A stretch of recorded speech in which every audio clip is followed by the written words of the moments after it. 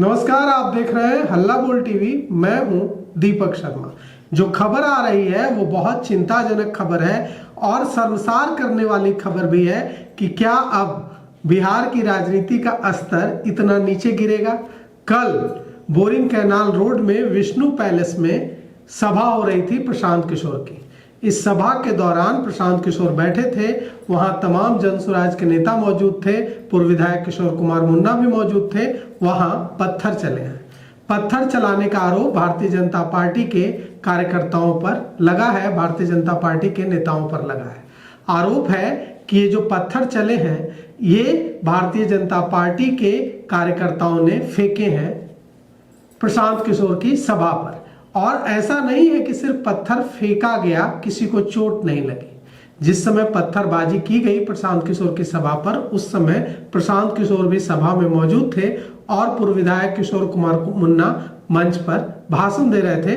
वक्त थोड़ी ही देर बाद प्रशांत किशोर को संबोधित करना था। इस दौरान वहां पत्थर चलाए गए। पत्थर चला और वो पत्थर किसे लगा? एक बुजुर्ग व्यक्ति को जाकर लगा और वो घायल है। अब यह कोशिश जनसुराज के नेता कह रहे हैं कि ये कोशिश जनसुराजियों को डराने की है, उन लोगों को डराने की है जो बांकीपुर में जनसुराज के पक्ष में गली मोहल्लों में घूम रहे हैं और डरा कर आवाज को दबाने की है।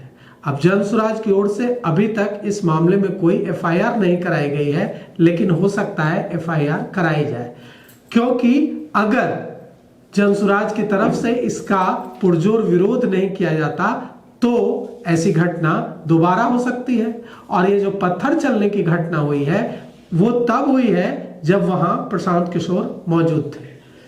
भारतीय जनता पार्टी लगातार जनसुराज के नेताओं को, केसी सिन्हा को, बिट्टू सिंह को, मनेर के प्रत्याशी को और दूसरे नेताओं को शामिल करा रही है। लेकिन यह स्थिति एक बात है, एक पार्टी से तोड़कर नेताओं को लाना और अपनी पार्टी में शामिल करा लेना, यह लोकतंत्र में स्वीकार्य है।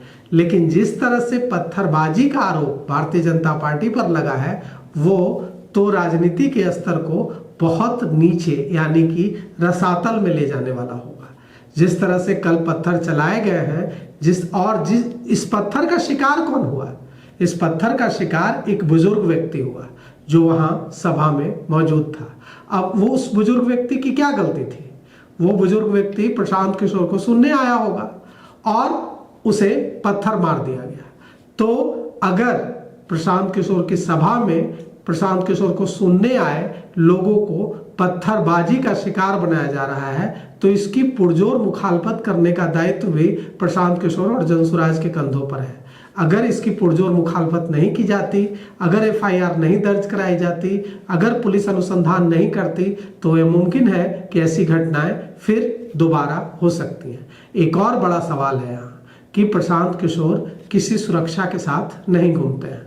उन्होंने कोई सुरक्षा, सरकारी सुरक्षा कम से कम नहीं ली हुई है। प्रशांत किशोर प्रत्याशी हैं। अभी जो वक्त बचा है, कई दिनों का वक्त बचा है, 30 को चुनाव है। इस दौरान गली मोहल्लों में घूमना प्रशांत किशोर का जारी रहेगा। अगर इस तरह की घटना प्रशांत किशोर पर होती है तो फिर क्या होगा? तो कुल मिलाकर के जो पत्थरबाजी की घटना कल रात हुई है ये चिंताजनक है और यह भारतीय जनता पार्टी पर आरोप लग रहा है। लेकिन भारतीय जनता पार्टी अब चाल, चरित्र और चेहरा की बात करती है। भारतीय जनता पार्टी संस्कार की बात करती है। भारतीय जनता पार्टी इसे कभी स्वीकार नहीं करेगी कि उनके लोगों ने पत्थर चलाए। अब ऐसे में यह तो पुलिस का दायित्व है कि पुलिस पता लगाए कि पत्थर किसने चलाए, उसकी मंशा क्या थी, क्या भारतीय जनता पार्टी के लोग थे या किसी दूसरी पार्टी के लोग थे, किसका हाथ था। लेकिन इसका खुलासा होना बेहद जरूरी है। आरोप अगर भारतीय जनता पार्टी पर लग रहा है तो भारतीय जनता पार्टी को भी आगे आकर इस पर स्थिति स्पष्ट करनी चाहिए। चुप्पी इस रहस्य को और बढ़ाएगा।